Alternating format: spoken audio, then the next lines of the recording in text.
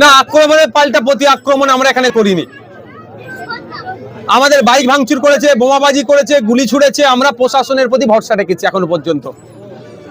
আজকে বেশ কয়েক ঘন্টা হয়ে গেল প্রশাসনের পক্ষ থেকে আমাদের নেতৃত্বদের কাছে বার্তা যে যোগাযোগ হচ্ছে, সেখানে জানিয়েছে যে আমরা তদন্ত করছি, যারা যারা যুক্ত তাদের বিরুদ্ধে কঠোর ব্যবস্থা নেব। প্রশাসন যদি ব্যবস্থা নেয় কোনো প্রশ্ন নেই, প্রশাসন ব্যবস্থা নিতে যদি ব্যর্থ হয় তাহলে আমরা গণতান্ত্রিক প্রক্রিয়াতে ব্যবস্থা গ্রহণ করব।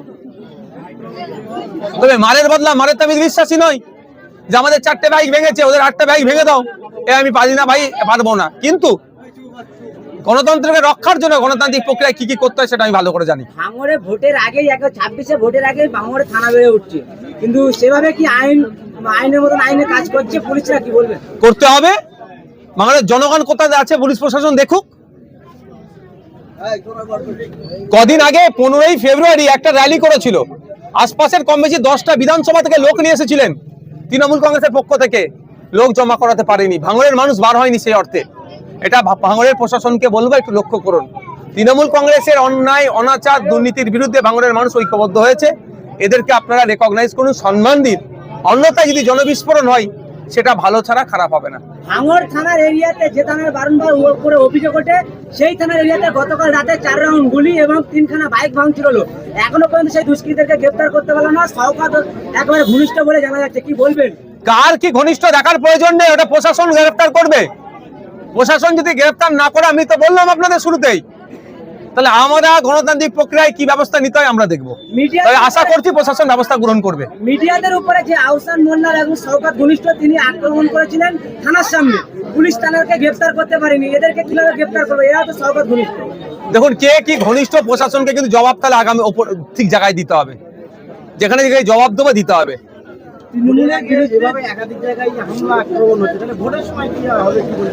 দেখুন, নির্বাচন কমিশন স্বচ্ছ ভোটার লিস্ট তৈরি করছে, 7 জনের লাইনে দাঁড় করাচ্ছে। আমি নিজে লাইনে দাঁড় হয়েছিলাম লজিক্যাল ডিসক্রিপেন্সির নামে। তো নির্বাচন কমিশনকে দায়িত্ব নিতে হবে ফ্রি অ্যান্ড ফেয়ার ইলেকশন করতে, প্রত্যেকটা মানুষের ভোটাধিকার প্রয়োগ করার ক্ষমতা। যদি নির্বাচন কমিশন ব্যর্থ হয়, কিন্তু আমরা ছেড়ে কথা বলবো না।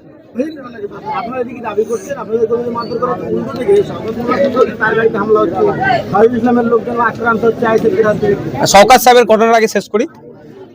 গত পরশুদিন আমি আপনাদের একদম প্রেসের সামনে বলেছিলাম টোটাল নাটক। যদি ওখানে বোমাবাজি হয়, গুলি ছুড়ে, তাহলে আপনি এ করুন, এনআইএকে চিঠি করুন।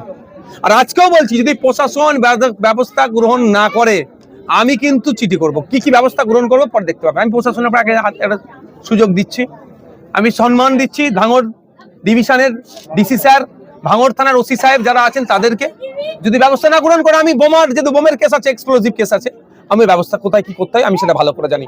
গত পরশুদিনের ঘটনা বলি, তা আমি মিডিয়াতে বলেছিলাম শওকত সাহেব নিজের সিকিউরিটি বাড়ানোর জন্য নাটক করছে। সন্ধ্যায় কি খবর পেলেন, তার সিকিউরিটি বেড়ে গিয়েছে। এটা নাটক। রাজ্জাক খান খুনের বেলায় আমরা ভুলে যাচ্ছি না। রাজ্জাক খানকে খুন করলো শওকত ঘনিষ্ঠ লোকেরা, আর আইএসএফ এর নামে দোষ দিচ্ছিল। গ্রেফতার হলো আবার শওকত ঘনিষ্ঠ লোক। ওই শওকত সাহেবের গাড়িতে বলছে নাকি কে বোমাবাজি করেছে। সঠিক তদন্ত যদি কলকাতা পুলিশ করে, দেবেন গ্রেফতার হবে তৃণমূলের নেতা।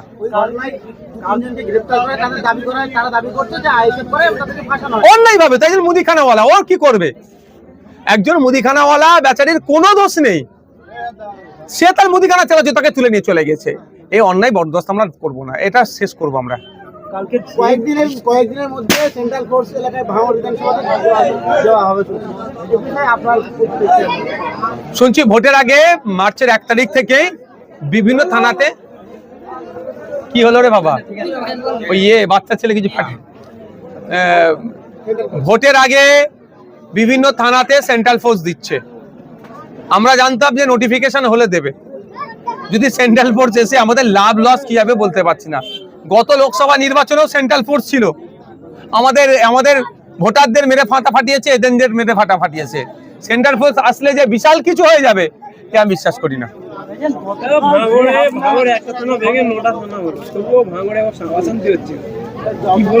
সরকার চাইছে, অশান্তি হচ্ছে। প্রশাসন নিরপেক্ষতার সাথে কাজ করতে চাইলেও করতে দিচ্ছে কি প্রশাসনকে? কথা বলছি তো। শেষ প্রশ্ন আমার একটাই শেষ প্রশ্ন, কয়েকদিন আগে একটা ছবি ভাইরাল হতে দেখলাম আপনার পাশে যদি দাঁড়িয়ে ছিল, কোথা থেকে এসেছে, কারা এসেছে, কি আলোচনা? ওনার হচ্ছে উত্তরপ্রদেশের সম্ভবত এলাহাবাদ থেকে এসছেন। তারা বিভিন্ন জায়গায় ঘোরেন, তারা ধর্মীয় কাজের জন্য বিভিন্ন জায়গায় ঘোরেন। ফুরফুরা শরীফে এসেছেন, ফুরফুরা শরীফে ঘুরেছেন। আমার নাম তারা শুনেছিলেন ইতিপূর্বে, তাই আমার সাথে সাক্ষাৎ করতে এসেছেন। তবে একটা বার্তা দিয়ে গেছে খুব ভালো, যে বেটা তুম জো রহে পে আবি চল রহে হো अच्छे से पकड़ के रहो। আমি ভালো হিন্দি বলতে পারি না ভাই, যেটা বলেছে সেটা আধা আধা বললাম। বাংলা যতটুকু বুঝতে পেরেছি, আমাকে এই বার্তাই দিল যে ছেলে তুমি যে রাস্তায় আছো রাস্তাটা শক্ত করে ধরো। তুমি যে সেকুলারিজমের উপরে যে প্র্যাকটিস করছো, সব ধর্মের মানুষকে তুমি সাথে করে নিয়ে ঘুরছো, যেভাবে আঁকলের দাঁড়াতে চেষ্টা করছো, মানুষের কল্যাণের জন্য যেটা কথা বলছে, তুমি ভালো রাস্তায় আছো, এটাও তিনি যেমন থাকার জন্য বলেছেন। এই বার্তা কিন্তু ওনারা দিয়েছিলেন। বিজেপি সরকার আছে, কিন্তু এখানে বিধানসভা নির্বাচনের একেবারে আগে এই মুহূর্তে ওখানকার যে আসার ফলে তৃণমূল বা সাধারণ তৃণমূল তারা একটু অন্যরকম ভাবে দেখছে, সেটা আপনি পুরো পাগল, যারা পাগলের মতো কথা বলছে। গেরুয়া বসন কি বিজেপির বাবাকালী পৈতৃক সম্পত্তি নাকি? যে যদি কেউ গেরুয়া পরে থাকে সব বিজেপি লোক হয়ে গেল? ও মাথায় তুমি দাঁড়িয়ে থাকলে জামা পড়লি সব তৃণমূলে থাকলেন নাকি সেই সব মুসলমান গুলো? এই চিন্তা ভাবনা থেকে বেরিয়ে আসতে হবে। যেগুলো বলেছে পাগলের প্রলোভ ছাড়া আর কিছুই নয়। আপনি বলেছিলেন যে বোমার মধ্যে যা বান্ধে খরচা লাগে সেটা আমাদের ছেলেরা গ্রেফতার করবে, সেটা নিয়ে শওকত মোল্লা তিনি বলছেন যে বোমার বাঁধার কারিগর হচ্ছে নওশাদ সিদ্দিকী। টুনমরির দাম এবং টনসিপের দাম কি করে জানে, এই মন্তব্য করছে, কি বলবেন? আমি টুনের দাম বা কোনোদিন বলিনি, আর ব্যাপারটা জানিও না। কিন্তু এতটুকু বলবো, নওশাদ সিদ্দিকী কিন্তু মমতা ব্যানার্জি সার্টিফিকেট দেয়নি। শওকত সাহেবকে মমতা ব্যানার্জি সার্টিফিকেট দিয়েছিল তুই বোম্বা দিস। National human rights commission Shaukat মোল্লাকে নটোরিয়াস ক্রিমিনাল বলেছে। হ্যাঁ, যেটা আলোচনা চলছে, আগামীকাল আমাদের সিট ফাইনাল হবে। কালকে আইএসএফ কর্মীদের উপরে যেভাবে হামলা চালানো হয়েছে এবং গুরুতর অভিযোগ উঠে আসছে যে আপনাদের নেতা রাহুল মোল্লা কিন্তু প্রাণে মারার একটা অনেক চেষ্টা চলছে, আমাদের অনেক নেতার উপরে টার্গেট করেছে। তবে আমাদের নেতারা মানুষের জন্য কাজ করবে, এই হামলায় বোমগুলি পিস্তলে ভয় পায় না।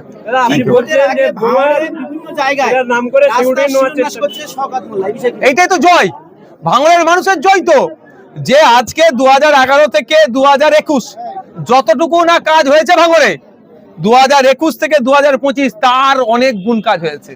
এই জন্য তো রাজ্যের মানুষকে বলছি ভাঙড়কে ফলো করুন। বিরোধী দলের বিধায়ক জেতান, সরকার কাজ করবে চাপে। ভাঙড়ে একটা ইট গাঁথলে জানবে নওশাদ সিদ্দিকীর চাপে গাঁথছে, নওশাদ সিদ্দিকীর দাবিতে গাঁথছে। আপনারা ওই যে শিলান্যাস করছে, হয়তো আমার থাকার কথা ছিল কিন্তু আমাকে থাকেনি, ওখানে কেউ শিলান্যাস করছে, কিন্তু ভাঙড়ে যে ঢালাইটা হচ্ছে, যে রাস্তা হচ্ছে, নওশাদ সিদ্দিকীর জন্য হচ্ছে। গাড়িতে শওকত মোল্লা বোম মেরে তার সিকিউরিটি বাড়াবার চেষ্টা করছে। শওকত মোল্লা কি ভোটের আগে ভয় পাচ্ছে? ভোটের আগে না, শুরু থেকেই ভয় পায়। যদি ভয় না পেতো তাহলে সিপিএম ছেড়ে তৃণমূলে আসতো না। বিরোধী দল কোন সাহস আছে? ওনার ভয় নেই, ভয় আছে বলে তো সাহস নেই, মানে দল ছেড়ে পালিয়ে এসছে।